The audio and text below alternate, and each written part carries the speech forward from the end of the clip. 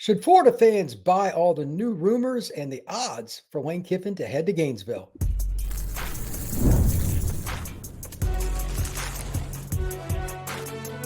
You are Locked On College Crossover, part of the Locked On Podcast Network. Your team every day. Into this crossover of Locked On the Portal and Locked On Gators. I'm your host, Brian Smith, longtime college football recruiting analyst. Thank you for making the Portal podcast and Locked On Gators a part of your day each and every day, right here on the number one sports broadcasting podcast network, the Locked On Podcast Network. And today, we're going to be talking everything Gators, including the recruiting buzz. Are there going to be players decommitting? What should we expect? How does that work during a coaching search? We're also going to discuss what many, including yours truly, expect to be a rather big exodus based on how Florida played this past weekend. I have a totally different thought process on what it's going to be after seeing whatever that was from the Gators. But to start off the show, we're going to discuss Lane Kiffin. The new betting odds have him as the favorite to end up the head coach for Florida. Should we buy that? Is it Eli Drinkwitz? Is it somebody else? There are a lot of things to discuss, and to help me figure all of that out, Brandon Olson, Locked On Gators, who is probably doing better than I anticipated, considering I'm glad I didn't talk to you Saturday, to be honest. That wouldn't have been very productive. I don't even think Sunday would have been very productive, but it is what it is. To that end, I've seen new odds, Kiffin minus 300 to be the head coach. And for those that are just like, why would there be betting odds on stuff like they put out betting odds on the president, an election or anything else, political, whatever. People in Vegas have Oscars, you can bet on everything. Yeah, that's true. When I saw that, because Kiffin has went back and forth, like originally he was the guy. Then it moved to Eli Drinkwitz from Missouri. Now it's back to Kiffin, and it was at 150. Now it's at 300. Is it just because like he tweeted out something when DJ got benched? Like he retweeted it. Yeah.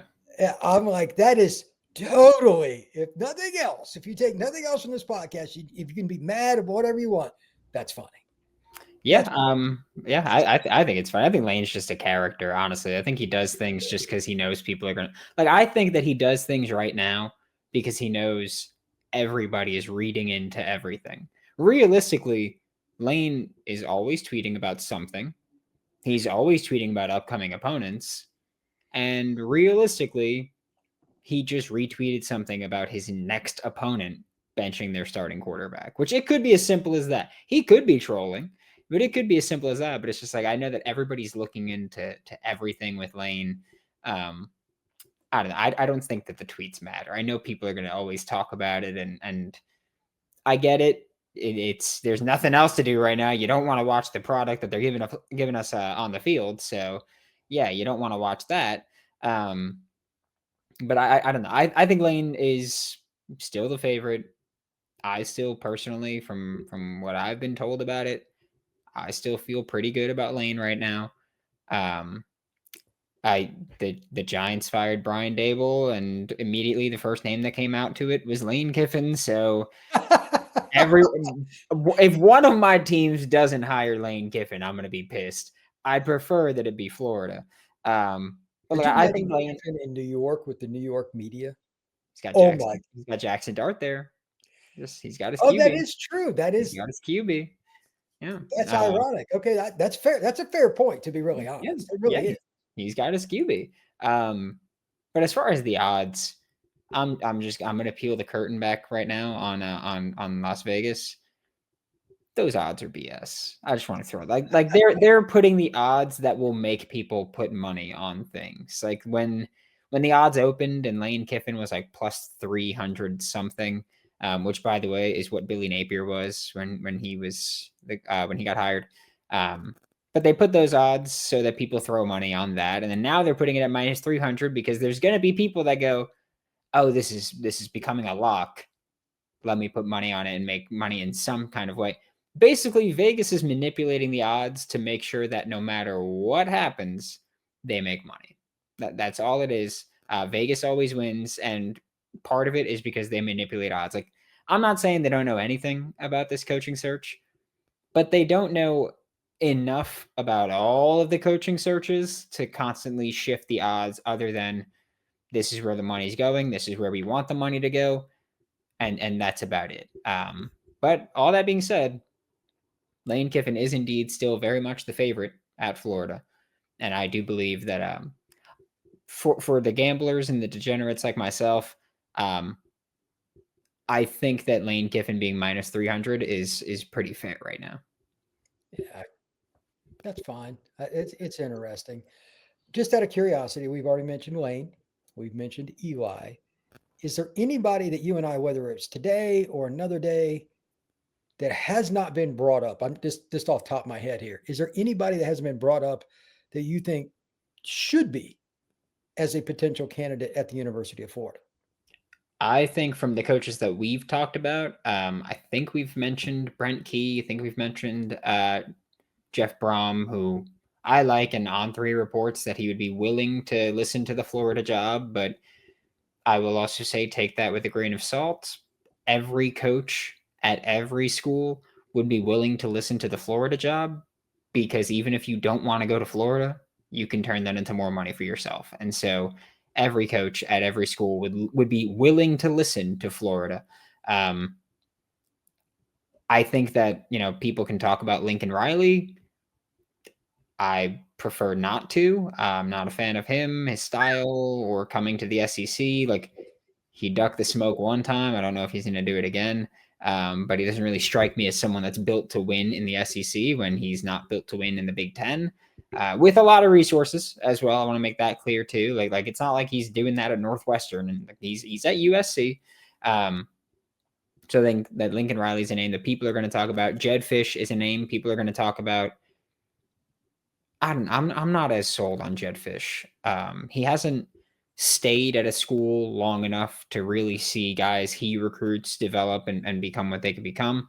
And also, I feel like a lot of people, when they talk about Jed Fish, their first selling point is that he went to Florida. And I think that that's a really bad main selling point to have. It's just that that it's his alma mater, that he's an alumni. Fun offense, all that. Like he can work out, he can be good, but would not be near the top of my list right now. Okay. Well, that's a fair overview. Unfortunately, that's about as good a news as we're going to get on this pod. It's going to go downhill from here. If you need positive news and you're a Gators fan, whatever you do not listen to the next segment, but it is reality. And it's called Quitter's Going to Quit. It's called mass transfer. It's called this roster is about to be gutted. You name anything. That is next here on this crossover Locked On Gators and Locked On the Portal. Today's show is brought to you by our friends over at FanDuel. Right now, the NBA is back, and it's a great opportunity because there's no better place to get in on the action than FanDuel, the official sports betting partner of the NBA.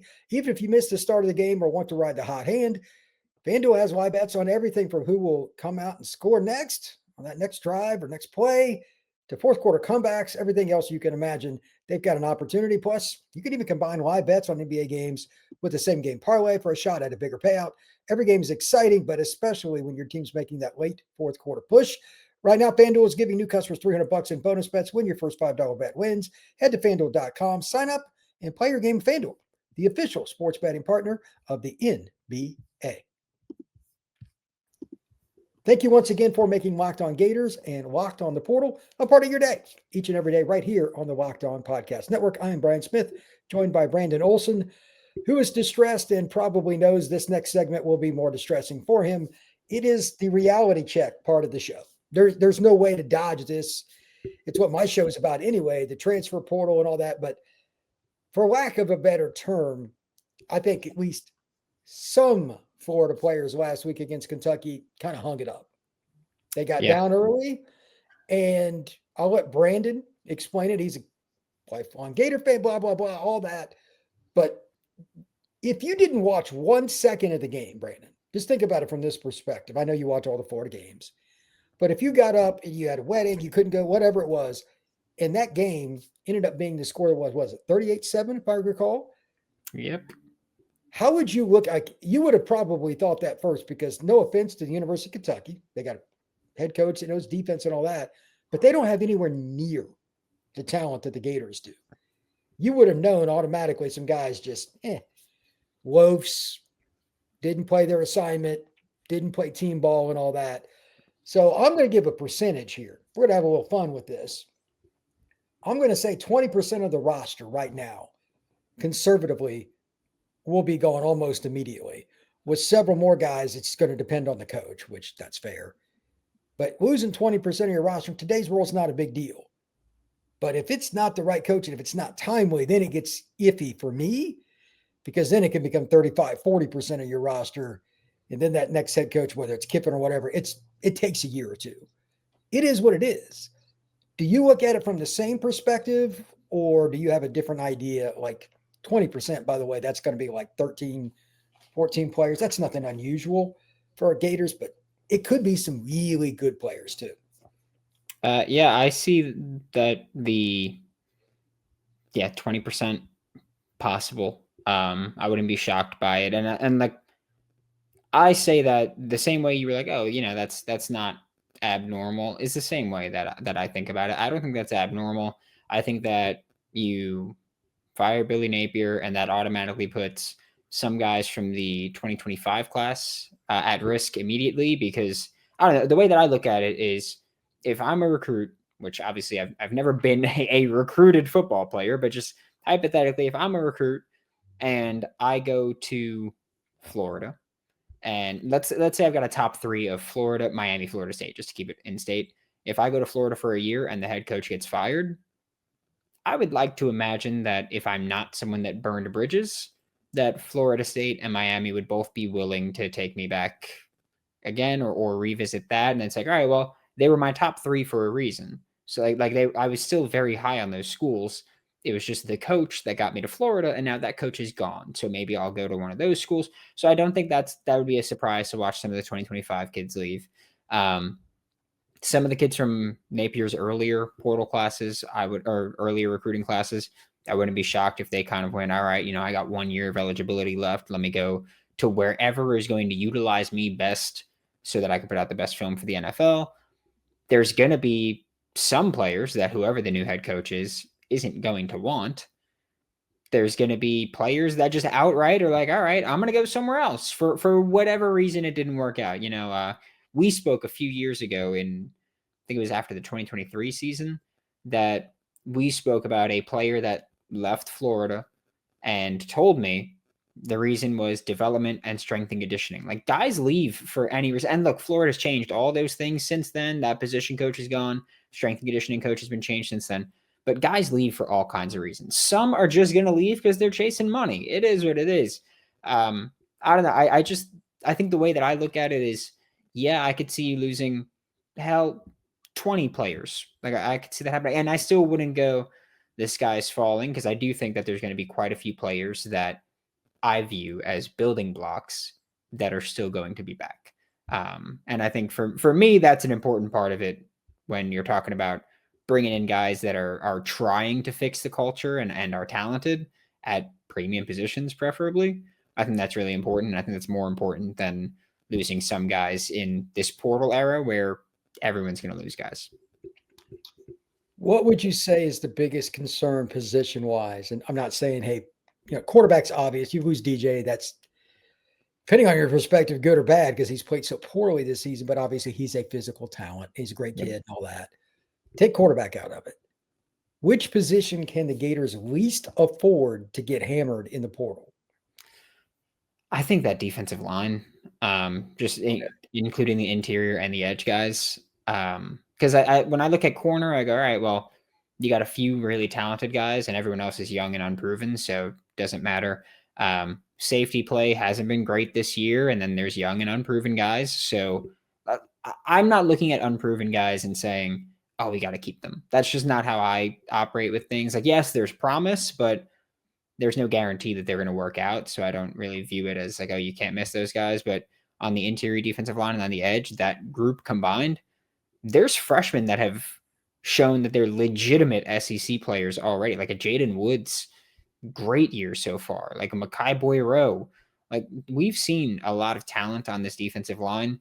And there's quite a few guys that are going to be NFL players that have multiple years of eligibility remaining. If you can keep a defensive line intact, like a defensive line that can dominate and make plays, can elevate every other position on a defense. Elite linebackers, not really elevating a pass rush, not really elevating coverage. Elite secondary, still not elevating your pass rush. Elite defensive line, stop the run, rush the passer. They can make everything easier for everyone. I don't think you could afford that, especially when we know you're going to have a lot of offensive line turnover just because you've got guys running out of eligibility. All right, let's look at it from that perspective then. We've talked about Lane Kiffin. We've talked about DJ Lagway, obviously the D-line and all that. How many of the young defensive linemen are truly like freshmen, sophomores? Boy, Like the is that ones his that are second year? actually playing? Yeah. Boy Rose, second year player? Yep. Boy Rose in his second year. Those guys are hard to find, brother. Yep. Joseph Mbachu's in his first year. Jeremiah McLeod is in his first year. You've got Cameron James is in his third year. You've got Jaden Woods is true freshman. You've got Aaron Childs is like an off-ball edge tweener, more off-ball this year than ever before, but he's still around there. And so I think that when you look at just the younger guys with a lot of time, again, like all the names that I named are not guys that just come in and play 5 to 10 snaps in a game. They're guys that play significant minutes or significant snaps for basically the entirety of the game. You've got LJ McCray has been out for this. He played like 5 snaps this year. And so he's out for the remainder of the season, but he'll be back next year soon, or he'll have the option to come back next year as well. Brendan Bett should have another year or 2 of eligibility. I think that you got, 7 of your defensive linemen can still play another 2 years at Florida if they choose to. Okay, that's fair. When we come back, I want to transition slightly to the recruiting buzz, what there is, how that works, because again, with the coaching change, there's a lot to discuss. That is next here in this crossover of Locked On Gators and the Portal. Today's show is brought to you by our friends over at Supply House. When the opening whistle blows on a new repair, get your career moving forward with Supply House. Order today and see parts on your doorstep tomorrow. Over 280,000 plumbing, HVAC, and electrical items from the most trusted brands in the business. Real-time inventory, honest lead times, they keep you from punting on projects, while their industry-leading customer service always has your blind side covered. If you need to get something next day, the support line can help you. Make sure you get in the right part and show up 24 hours later. They even have a part finder tool and 3D schematics, so every chance you get to save time and get the right part is available. Join the free Trademaster program today and score serious perks like priority shipping, lower prices, and dedicated support line. Visit supplyhouse.com to sign up for free and use promo code SHCollege5 for 5% off your first order. That's supplyhouse.com. Real people and real service.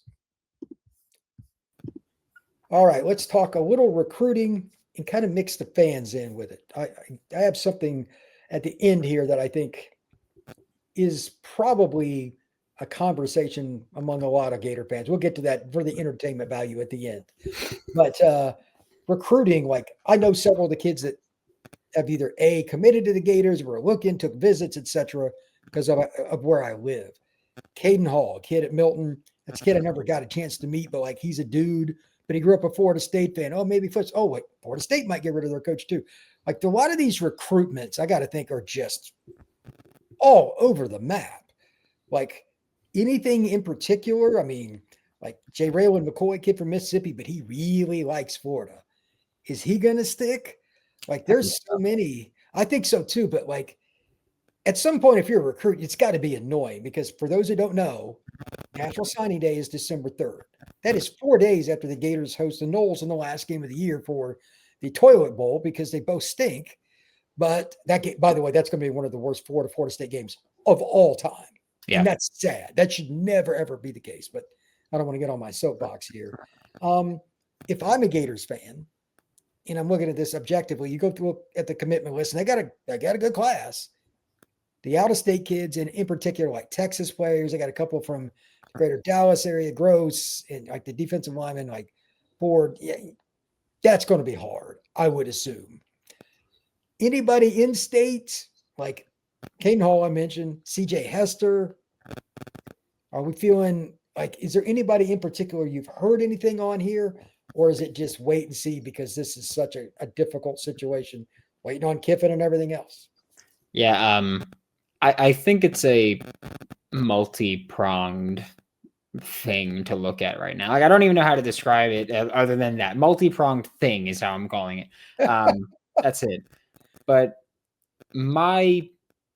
I'll call it a theory, is that a lot of kids now in the rev share era and the NIL era are now starting to sign actually binding agreements with schools, which is one of the reasons that when rev share became a thing and the NIL clearinghouse became a thing, I said that I think schools are going to use revenue sharing money on recruits.